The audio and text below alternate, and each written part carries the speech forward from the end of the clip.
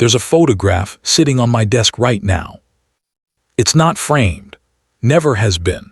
It's just a beat-up 4x6 print with a coffee ring on the corner because I set my mug on it once and never really cared enough to throw it away. The edges are soft from being handled too many times, not by me, mostly by other people who come through this office and pick it up without asking. The photo shows 8 people, desert gear, sand on everything. The sun is hitting them from behind so their faces are half in shadow, and they're all squinting because of the dust, or maybe because they haven't slept in 30 hours, which was the actual case that day. 7 of them are men. 1 of them is not. She's second from the left, 5'6", maybe 140 pounds, dark hair pulled back so tight it looks painted on. She's not smiling. She's not frowning either. She's just looking at the camera the way people look at something that doesn't particularly interest them.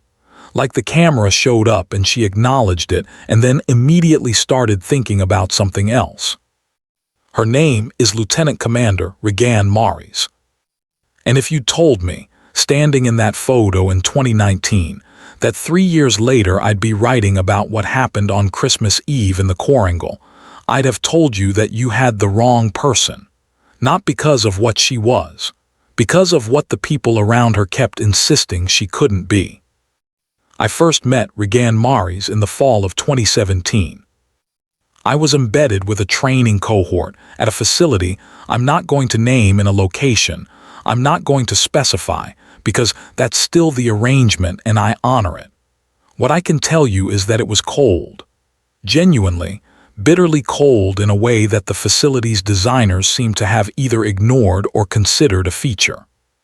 The candidates were in the water. This particular evolution involved staying in water that I measured, with a thermometer I'd brought myself, at 51 degrees Fahrenheit.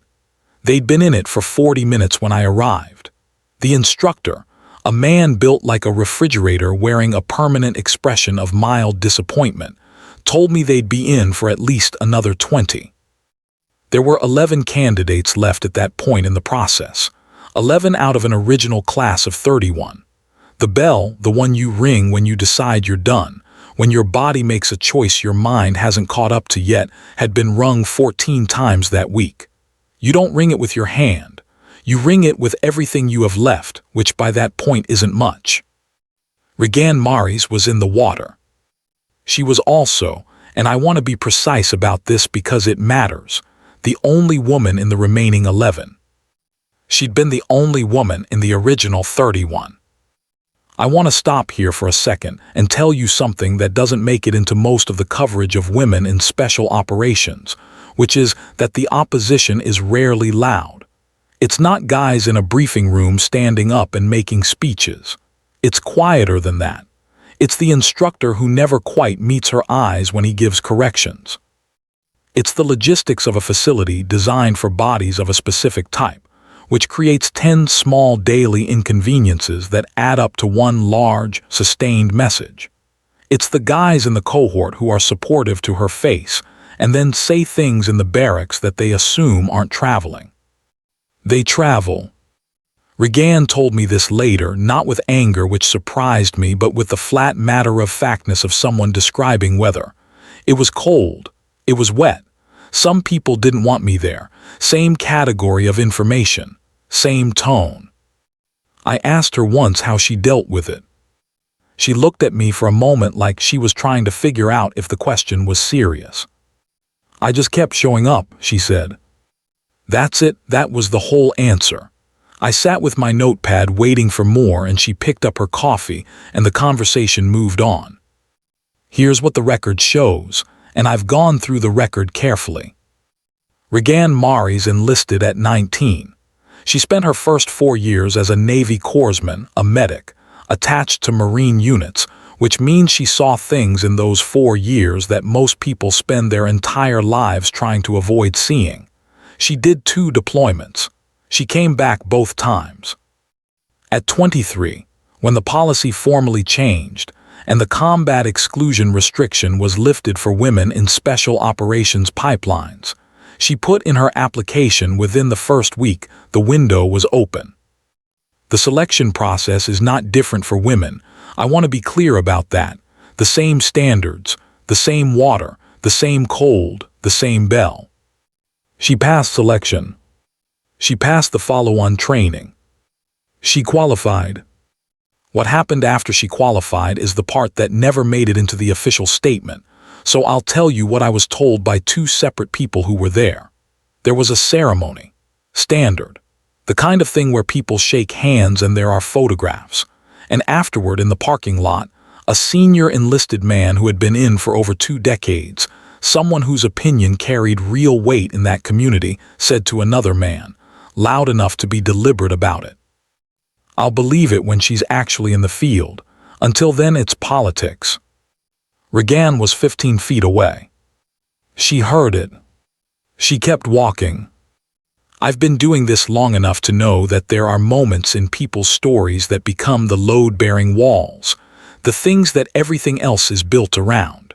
For Regan Mares, I think that parking lot might have been one of them. Not because it hurt her.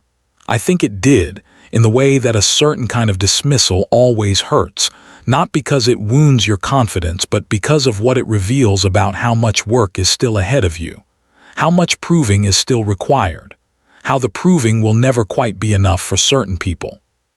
But I also think she filed it somewhere, the way you file a tool you might need later, not with bitterness, with patience. She deployed twice more before Christmas Eve 2022. The after-action reports from those deployments are classified. I've seen summaries. I'm not going to characterize them beyond this. She was good at her job. The kind of good that gets noticed in a community that is constitutionally resistant to noticing anything out of ordinary operational excellence. The kind of good that still didn't fully quiet the parking lot voices. I talked to a man named Chief Petty Officer Donnie Haas about 6 weeks after Christmas Eve. Haas had been in special operations for 16 years at that point. He was one of the senior members of the team that night. He is not, by any measure, a soft man. He has the hands of someone who has spent a considerable amount of time doing things with those hands that most people would prefer not to think about. I asked him what he thought of Regan Mares when she first joined the team. He was quiet for a moment. Honest answer. He said, "I told him I preferred those. I thought it was going to be a problem," he said. "Not because of her specifically, I didn't know her. I thought the whole thing was going to be a problem. I'd been in a long time. I had a way of doing things. I thought this is going to change the way we do things, and I didn't want that." I asked him what changed. He picked up his coffee, set it back down. "She didn't ask me to change anything," he said. "She just did her job, better than most people I've worked with, and then I had to figure out what to do with that." He looked at the table. "The thing about Regan," he said, "is she doesn't need you to believe in her. She's already moved on. She's already 3 problems ahead of you, solving things you haven't thought of yet. And eventually you either catch up to that or you don't." He looked up. "Most of us caught up," he said. December in the Korengal Valley is a specific kind of misery. I've been there in summer, which is also miserable but in a way that at least feels honest about itself. Summer in the Korengal is straightforward about wanting to kill you. December is different. December is cold that doesn't announce itself, it just accumulates. The wind comes down through the mountains in a way that finds the gaps in everything. Your gear, your resolve, your certainty that any of this is worth the cost. The valley had been a problem for a long time. It had been a problem for us. It had been a problem for people before us. It would probably continue to be a problem for people after us. There's something about the geography, the way the mountains press and close, the way the ridgelines create natural firing positions on every approach, that makes it the kind of place that chews through optimism. The team had been inserted 2 days before Christmas Eve. Their objective was reconnaissance. Observe, record, report. A series of positions suspected to be housing a coordination network, Not a command structure exactly, more like a relay system, a set of human links in a chain that connected logistics to violence in a region that had too much of both. The insertion went clean. The first day went clean. The second day, which was Christmas Eve, did not go clean. It went the opposite of clean. I'm going to tell you what happened in the order that it happened, not in the order that it was reported, because those two things are different. At approximately 3:40, which is 3:40 in the morning, which is a time that is simultaneously very early and very late depending on your perspective, the team's forward position took fire. Not suppressive fire, not warning shots, targeted fire from multiple elevated positions, which meant someone had been watching them. Someone had known they were coming or had found them after they arrived and had taken the time to set up. Multiple shooters, multiple angles, a coordinated effort. This is important. Coordinated means planned. Planned means the team was expected. The team had 7 members that night. One of them, a man named Petty Officer Second Class Tours, was hit in the first 15 seconds. He was alive. He was going to stay alive because of decisions made in the next 8 minutes, but in those first 15 seconds he was on the ground, and the situation had moved from bad to the specific category of bad that has a body count attached to it. Regan Maris was on Overwatch. That's the position she held on this team. Her specialty, the thing she trained for, the thing she was genuinely exceptional at, was long-range precision fire. In the community, that means something very specific. It means you have the ability to be still when everything around you is moving, to calculate when calculation feels impossible, to make a decision and execute it with a steadiness that the situation is actively trying to remove from you. She'd been in position before the shooting started, 240 meters out from the forward element, elevated, with lines of sight on 3 of the 4 approaches. When the shooting started, she was already watching. What I know about those 8 minutes comes from 3 sources. The first is Regan herself, in a conversation that took longer to arrange than anything else I've worked on, and in which she was, characteristically, more interested in the tactical sequence than in her own experience of it. The second is Haas, who was with the forward element and experienced those 8 minutes from a very different angle. The third is the after-action report, which I've read in the portions that have been cleared for my access, and which describes events with the precise, flat language of official documentation. The kind of language that strips out everything that makes something human and leaves only the skeleton of what happened. I'm going to try to give you all 3 at once. Regan told me she heard Tours go down before she fully processed the shooting. There's a sound, she said. When someone gets hit and they're not when they're still alive but they're down, there's a specific sound. I heard it and then I heard the direction it came from and then I started working backward from that. Working backward means, if he fell that direction, the shot came from this angle. If it came from this angle, the shooter is somewhere in this arc. In this arc, at this range, these are the positions with line of sight. She had her first target identified in under 30 seconds. First one was on the eastern ridgeline, she said. Third position from the notch. He was moving to adjust his angle on Tours. I took the shot. I asked her what the distance was. 612 meters, she said. Wind was coming left to right, maybe 8 knots at my position, probably 10 at his elevation. I held for the drift. She said this the way you describe parallel parking. I held for the drift, like it was a small adjustment to a routine task. The shot connected. 1 down, 11 to go. Haas told me that when the first return fire came from Overwatch, from Regan's position, his first thought, embarrassingly by his own admission, was not relief. It was confusion. I didn't immediately process where it was coming from, he said. I heard a shot from behind and above, and my first instinct was, we're flanked. Someone got behind us. It took me a second to remember she was there. He paused. That second felt longer than it was, he said. Then the second shot came, and the third, and the fourth, and by then Haas had stopped being confused and started doing his job, which was moving toward cover while Regan systematically removed the people trying to stop that from happening. She was calling targets on the radio between shots, Haas said. Just here's what I have, here's the sequence, here's my confidence level. Ice cold. The whole 8 minutes. I've worked with some very good people. I've never heard anything like that.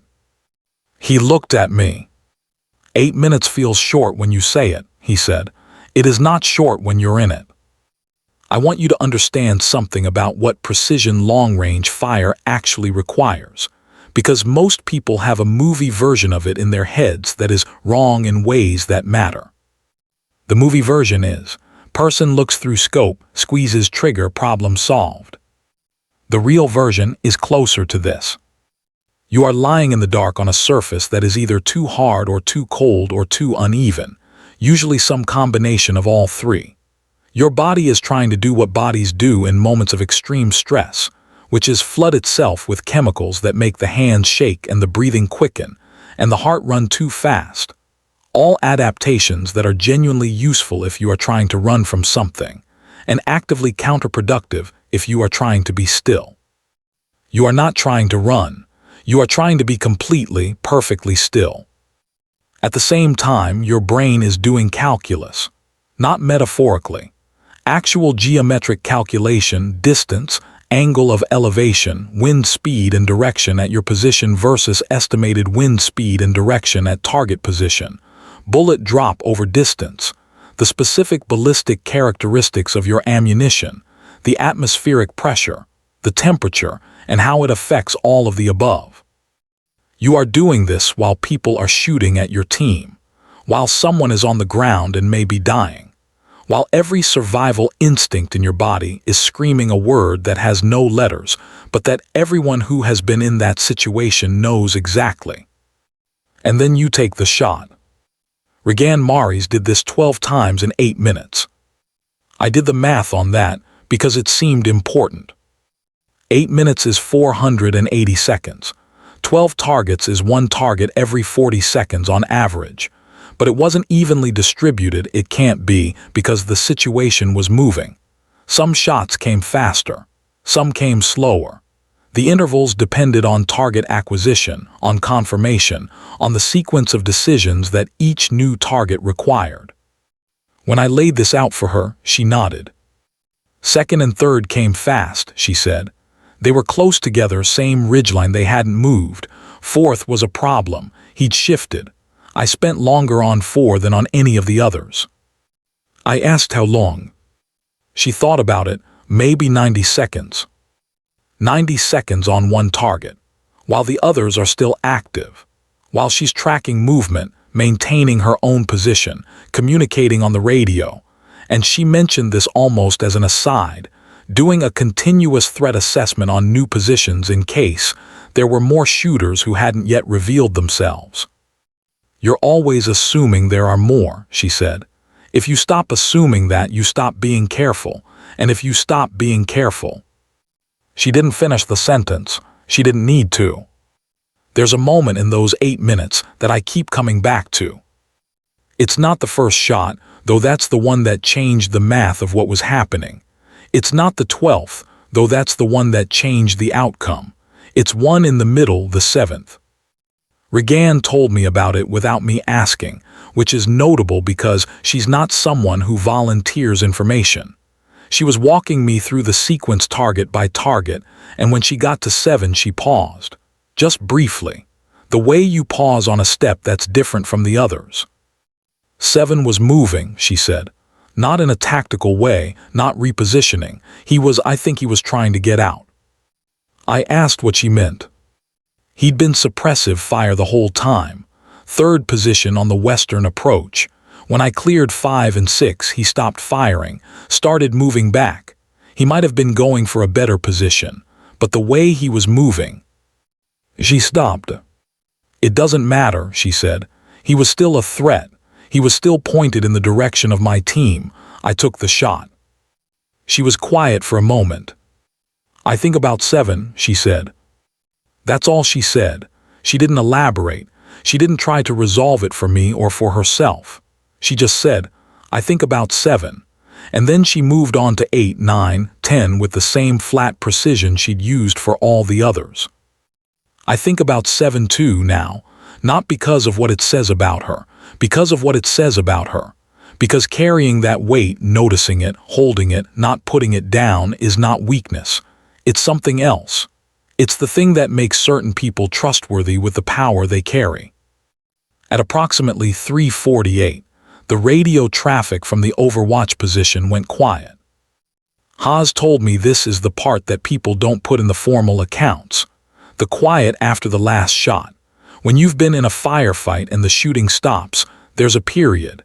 It doesn't last long, maybe 10 seconds, maybe 20, where nobody moves and nobody breathes and everyone is trying to figure out if it's over. I called her, Haas said. On the radio, I said Mari's status. He looked at me. She said clear, "Get Tors moving, I've got you covered." He shook his head slowly, not in disbelief, in something harder to name. 12 targets, he said, 8 minutes, and she's telling me to get moving like she just finished a perimeter check, like it was a Tuesday. Tors was evacuated. He lost significant blood. He spent 3 weeks in recovery. He is alive. Alive, specifically, because of the decisions made in those 8 minutes on a ridge in the Korangal on a cold December night that was technically Christmas Eve, which is a fact that nobody found poetic until much later. The after-action report uses precise language to describe what happened. It says, in part, Overwatch elements successfully engaged and neutralized multiple insurgent positions, disrupting coordinated attack and enabling extraction of wounded personnel. 12 words for 12 targets, 1 word per person, neutralized, the language doing its work of making something manageable that isn't. Regan's name appears in the report, in the formal notation. It doesn't appear highlighted or underlined or followed by any indication that what she did was in any way remarkable by the standard of the document's bureaucratic indifference. She was named, the action was recorded, that's the document. The document doesn't tell you about Tors holding her hand in the field hospital 3 days later and not letting go for a long time. It doesn't tell you that.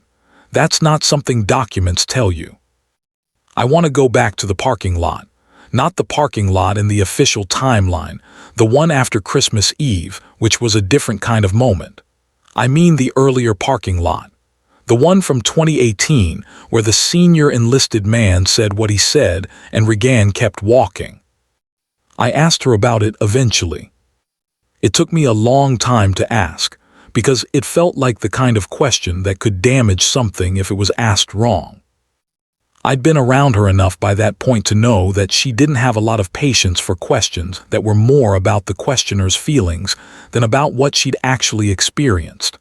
And there's a version of that question that's really asking, can you help me feel good about the fact that you persevered despite obstacles? Which is a question about the asker, not about the person who persevered. So I tried to ask it straight. The parking lot after your qualification, do you remember that? She looked at me, yeah. Do you want to talk about it? She thought about it, sure. What did you do with that? I said. After he said what he said, what did you do with it? She was quiet for a while. I put it somewhere useful, she said finally. I waited. Not like I didn't keep it to get mad. I wasn't running on spite. That's not sustainable.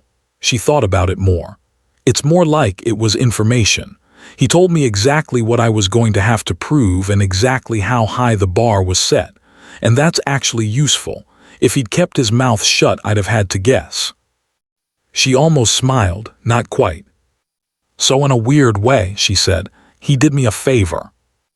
I thought about that for a long time.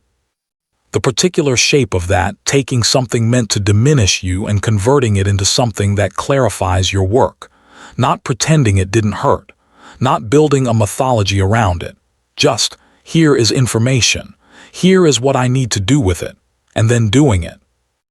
I've talked to a lot of people for this piece, more than I usually do, and I kept asking variations of the same question. What makes her exceptional?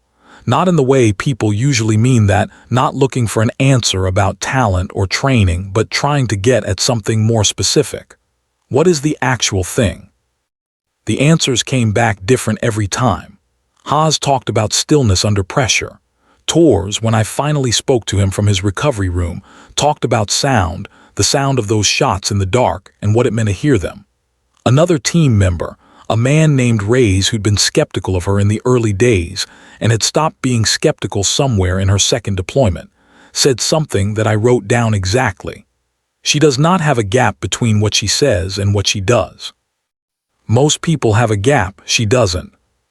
But the thing that kept coming back to me, the thing I kept circling, was smaller than all of that. It was the parking lot. The way she took what was thrown at her and converted it. Not every person can do that. Most people either collapse under that weight or harden against it in ways that change them, make them brittle or bitter or closed. She did neither. She stayed open.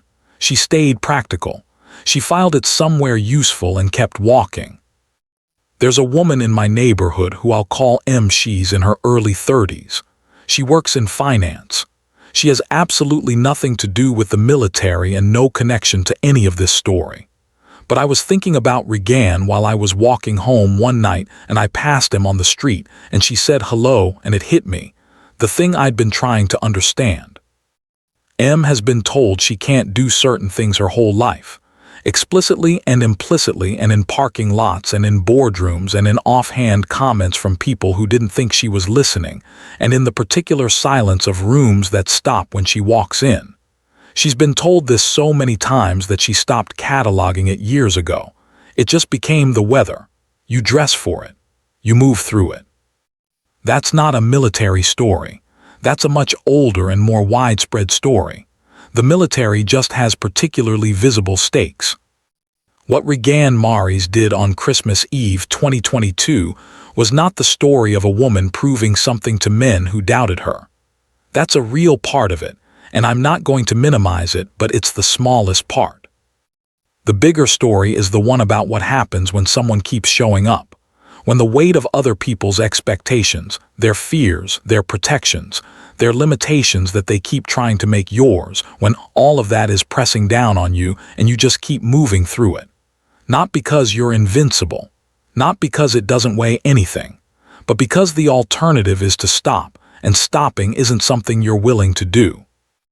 After the extraction, after Tors was stable and the debrief was done, and the team was back at the forward operating base, Haas told me that he did something he hadn't done in 16 years of service. He found Regan. She was outside by herself. It was cold. It was still technically Christmas Eve for another hour. He said, "I need to say something to you." She looked at him. "I had some doubts," he said, "before, about having you on the team. I want you to know I don't have them anymore." She looked at him for a moment. "Okay," she said. That was all she said. Just okay. Like he'd told her the weather. He stood there for a second waiting for more, and then she turned back to whatever she'd been looking at in the dark, and that was the conversation. He told me this and laughed a little, not bitterly, with something like admiration and amusement at the same time. "I gave her my big moment," he said, "and she didn't need it. She was already past it. Already somewhere else. Already, as he'd said earlier, 3 problems ahead.